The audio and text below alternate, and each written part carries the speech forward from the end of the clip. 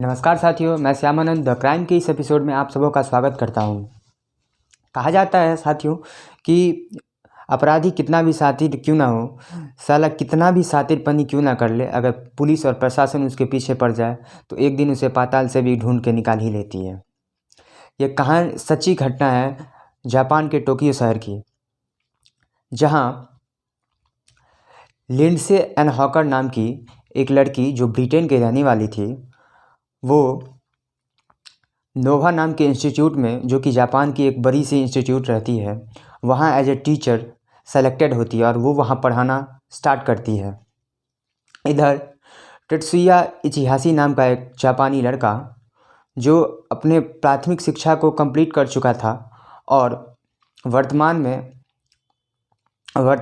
अपने परिवार से पैसे लेके अपना गुजारा और अपना लाइफ स्टाइल चलाने की कोशिश कर रहा था, जबकि उसके पिता एक जाने माने डेंटिस्ट थे और माता गृहिणी थी।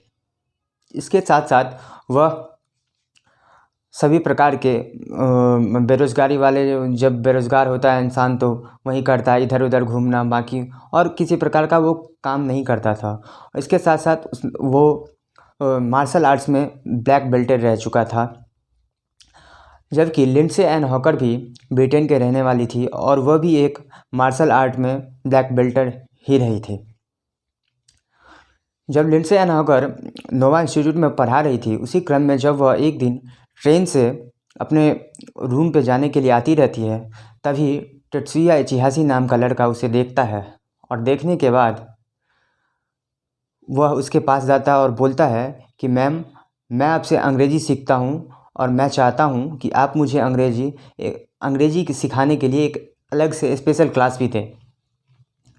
मैम कहती है, मैं तो तुम्हें नहीं जानता हूँ। तो वो लड़का बोलता है, नहीं मैम, मैं आपको जानता हूँ और मैं आप ही से पढ़ता हूँ। तो मैम बोलती है, ठीक है, कोई नहीं, मैं तुम्हें पढ़ा दूँगा। इसके लिए वो उसे बोलता है कि आप 2 या 3 घंटे पढ़ाने के लिए मेरे घर पे आ जाओ। तो मैम कहती है कि नहीं, ऐसे नहीं हो सकता, ना मैं तुम्हारे घर पे आऊँगा, ना मैं अपने घर पे पढ़ाऊँगा। मैं तुम्हें किसी रेस्टोरेंट वगैरह में 2-3 घंटे मैं आराम से पढ़ा सकता हूँ। तो ठीक है। जब वो लिंडसे होकर ट्रेन से वापस उतरती है और अपने घर जाने के लिए निकलती है, तो वो देखती है पीछे से वो लड़का भी उसका पीछा करते हुए उसके रूम तक आ रहा है। लास्ट में जब वह अपने रूम के पास पहुंचती है, तो वो लड़का भी आता है और कहता है कि सॉरी मैम, लगता है मैंने आपको कुछ ज़्यादा ही परेशान कर दिया। एक्चुअली मुझे बहुत प्यास लगी हुई है, तो क्या आप मुझे पानी पिला सकते हैं? तो मैम बोलती है, ठीक है, कोई बात नहीं, तुम अंदर आ जाओ। जब वो अंदर आता है, तो वो वहाँ 2 और लड़कियों को देखता है जो लिंडसे एन हॉकर की साथियाँ रहती है, जो वो भी जॉब ही करती रहती है, रूममेट्स के तौर पे रहती है। लिंडसे एन हॉकर जब तक पानी लाने जाती है, तब तक ये एक रफ पे लिंडसे एन हॉकर का एक चित्र बनाता है, अपना ईमेल डालता है, नंबर डालता है और वो पेपर वहाँ पे रख देता है और उसके बाद वो पानी पीने के बाद वहाँ से चला जाता है। जब वो वहाँ से चला जाता है, उसके नेक्स्ट दिन लिंडसे एन हॉकर जाती है और रेस्टोरेंट में उसे पढ़ाती है। पढ़ाने के बाद लिंडसे एन हॉकर बोलती है कि चलो ठीक है, मैंने तुम्हें पढ़ा दिया, अब जो मेरा फ़ी बनता है वो मुझे तुम दे दो। तो वो बोलता है कि साला इतना शातिर दिमाग का रहता है, कहता है कि मैम, सॉरी मैम, मैं तो आपके पैसे घर पे ही भूल गया, तो एक काम करो, आप चलो मेरे साथ, मैं आपको घर पे ही आपके जो फ़ी हैं वो मैं आपको दे दूँगा। तो मैम कहती है कि ऐसी बात है, तो ठीक है, कोई नहीं। वहाँ से वो एक कैब बुक करते हैं और उस कैब से टेत्सुया इचिहाशी के घर के लिए दोनों निकल पड़ते हैं।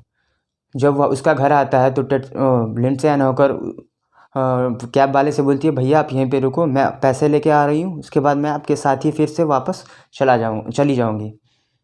जब ये दोनों घर जाते हैं तो टेत्सुया इचिहाशी बोलती है कि मैम आ जाओ आप अंदर, मैं आपको पैसे देता हूँ। जब वो अंदर जाती है, तब तक करीब आधे घंटे बीत जाते हैं और कैब वाला सोचता है कि अभी तक नहीं आई, तो वो कैब वाला जो रहता है वो वहाँ से निकल जाता है, चला जाता है। इधर उसके जो साथियाँ रहती है, रूममेट्स रहती हैं, वो लगातार फ़ोन पे फ़ोन करी जा रही हैं कि आखिर कहाँ गई लिंडसे। वो पुलिस के पास जाती हैं, बोलती हैं कि मेरी जो दोस्त है वो कुछ घंटों से लापता है, वो और हम लोगों को मिल नहीं रही है और उसका फ़ोन भी बंद आ रहा है। तो पुलिस कहती है, कोई नहीं, आप 48 घंटे वेट कर लो और मैं उसके बाद देख लूँगा, मैं आपकी रिपोर्ट लिख लूँगा। होता भी यही है, 48 घंटे के बाद भी वो नहीं आती है, 2 दिन तक उसे नहीं मिलती है। उसके ऑफिस से उसके घर जो ब्रिटेन में उनके पिता जो रह रहे थे, मम्मी रह रही थी, उसको भी कॉल जाता है कि देखिए आपकी जो बेटी है वो 2 दिन से इंस्टीट्यूट भी नहीं आ रही है और उससे कोई हम लोगों का कोई कांटेक्ट भी नहीं हो पा रहा है। इसके बाद पुलिस भी 48 घंटे के बाद रिपोर्ट दर्ज करती है और वो पुलिस वाले जाते हैं और लिंडसे एन हॉकर की जो रूममेट्स रहती है उसी रूम में पहले जाते हैं और देखते हैं, तो वहाँ पे वो पेपर मिलता है जिसमें 86 ने लिंडसे एन हॉकर की चित्र बनाई थी, रफ चित्र बनाई थी, अपना ईमेल नंबर वगैरह डाला हुआ था। ये लेके पुलिस वाले इसी पते को लेके, नंबर को लेके उसके घर तक, टेत्सुया इचिहाशी के घर तक पहुंच जाते हैं। पहुंचने के बाद जापान में एक ऐसी कानून है कि बिना किसी पेपर के आप किसी के दरवाजे को नॉक भी नहीं कर सकते हैं। तो पुलिस वाले घर के बाहर ही वेट करते रहते हैं। वेट करने के बाद 2 घंटे बीत जाते हैं, 2 पुलिस वाले रहते हैं, फिर भी वो नहीं आता। तो अगल बगल वाले से पूछता है कि ये कहाँ है, तो वो बोलते हैं कि पता नहीं, कल रात से ही देख रहा हूँ कि घर से बहुत सारी टूटने फूटने की आवाज़ आ रही है, परंतु कुछ हम लोगों को कुछ पता नहीं है। तो पुलिस वाले भी बाहर से ही देखते हैं, तो उन्हें भी लगता है कि कुछ ना कुछ ऐसा घटित हुआ है। वो और पुलिस वाले को फ़ोन करते हैं और बैकअप के लिए बुलाते हैं। बैकअप बुलाने के बाद जब उसके घर में प्रवेश किया जाता है तो देखता है कि सारा सामान इधर उधर बिखरा पड़ा है और एक पुलिस वाले की नज़र पड़ती है बाथरूम के टब पे। बाथरूम के टब पे नज़र पड़ने के बाद वो देखता है कि यहाँ का जो बाथरूम का टब है वो हाल फिलहाल में ही यहाँ से हटा दिया गया है।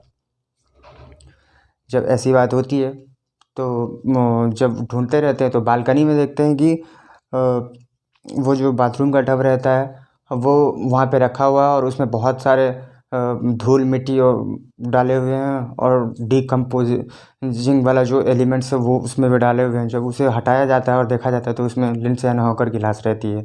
वो भी बिना कपड़ों के, उसके सर के बाल सारे मुड़े हुए, कुछ नहीं रहते हैं। जब ये चीज़ प्रशासन के सामने आती है तो पूरा जो जापान रहता है वो पूरा दहल जाता है और उसके माता पिता भी आते हैं ब्रिटेन से और उसके इंसाफ के लिए और उसके अपराधी को पकड़ने के लिए बोलते हैं।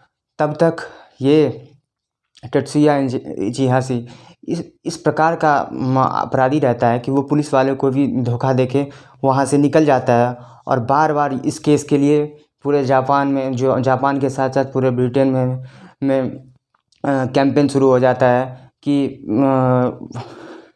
लिंडसे एन हॉकर के लिए, कि justice for Lindsay Ann Hawker. पूरा जापान में इस चीज़ को फैल जाता है और काफ़ी बड़ी मात्रा में ये घटना कोई नॉर्मल घटना नहीं थी, पूरे जापान के लिए एक सिरदर्द बन चुका था।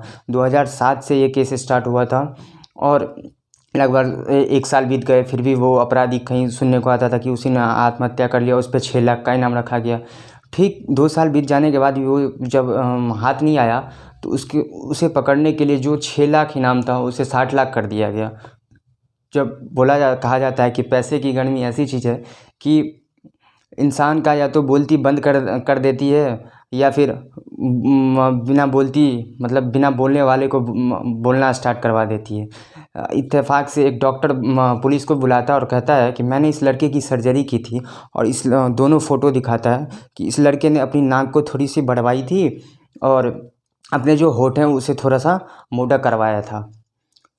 ठीक है, उसके बाद पुलिस और ब्रिटेन के भी पुलिस वाले की एक टीम वहाँ पे भेजी जाती है। इसके बाद ढूंढना फिर से स्टार्ट करता है पुलिस, एक फिर नई शुरुआत करती है, पूरा ज़ोर शोर से लग जाती है। जब बात 2009 में आती है तो एक मज़दूर कंस्ट्रक्शन साइट से फ़ोन आता है कि इस टाइप का एक लड़का, जहाँ इनाम के लिए, कि इस टाइप का एक लड़का यहाँ पे मज़दूरी करता है, वो रोज़ आता है। जब पुलिस वाले वहाँ पे पहुँचते हैं तो टेत्सुया इचिहाशी देखकर हैरान रह जाता है कि अब तो मैं फंस गया हूँ। तो वो दोनों हाथ ऊपर करके सरेंडर कर देता है और वाकई में उसने जो सर्जरी करवा लिया था, पूरा उसने अपने फेस को चेंज कर रखा था। तो इसके बाद जब उससे पूछा जाता है, बल्कि पूरा जापान बोला जाता है कि नहीं, इसे फांसी मिलना चाहिए। लिंडसे होकर के जो पिता और माता रहते हैं वो भी इसके पक्ष में आ जाते हैं कि नहीं, इसे फांसी होना चाहिए, मेरी बेटी को इसने मारा है। जब उस पर केस चलाया जाता है तो उसे फांसी ना देकर उसे उम्र कैद की सज़ा दी जाती है, और ये कहा जाता है कि ये अभी बालिग नहीं है और इसका कोई आपराधिक रिकॉर्ड पहले से नहीं रहा है, इसके लिए इसीलिए इसे सुधरने का एक मौका और देना चाहिए। तो ठीक है, पर यहाँ पे इनके जो माता पिता रहते हैं कि वो बोलते हैं अदालत में कि क्या मेरी बेटी मासूम नहीं थी, क्या मेरी बेटी किसी का बुरा किया हुआ था जिसे मार दिया गया। फिर भी उसे तेत्सुया इचिहाशी को उम्र कैद की सज़ा मिलती है। पूरा जापान में खुशी मनाई जाती है कि फाइनली इस हत्यारे को पकड़ा गया। और तेत्सुया इचिहाशी जेल के अंदर ही पढ़ाई भी करता और अपने पे एक बुक लिखता है। आप भी नेट पे सर्च मार के देख सकते हैं कि आई एम इचिहाशी। और इसी के साथ साथ केस ख़त्म होता है और वह उम्र कैद के लिए अभी भी जेल में ही बंद है और उम्र कैद की सज़ा उसे मिली हुई है। मेरे कहने का मतलब है कि साथियों, आप भरोसा किसी पे उस प्रकार से ना करें जिस प्रकार से आपकी अपने फैमिली मेम्बर, अपने माता पिता पे कर सकते हैं। अर्थात भरोसे के लायक अगर हैं तो कोई हैं अगर जीवन में कभी भी, तो आपके फैमिली वाले हैं, परिवार वाले हैं। बाकी दुनिया आपके पास आएगी और उसे किसी न किसी लोभ या लालच की आवश्यकता रहेगी, तभी ही आपको वो पूछेगी। इसीलिए हमेशा सावधान रहें, सतर्क रहें। तब तक के लिए आपको धन्यवाद। मिलते हैं यहाँ द क्राइम के अगले एपिसोड में। जय हिंद, जय भारत। थैंक यू, धन्यवाद।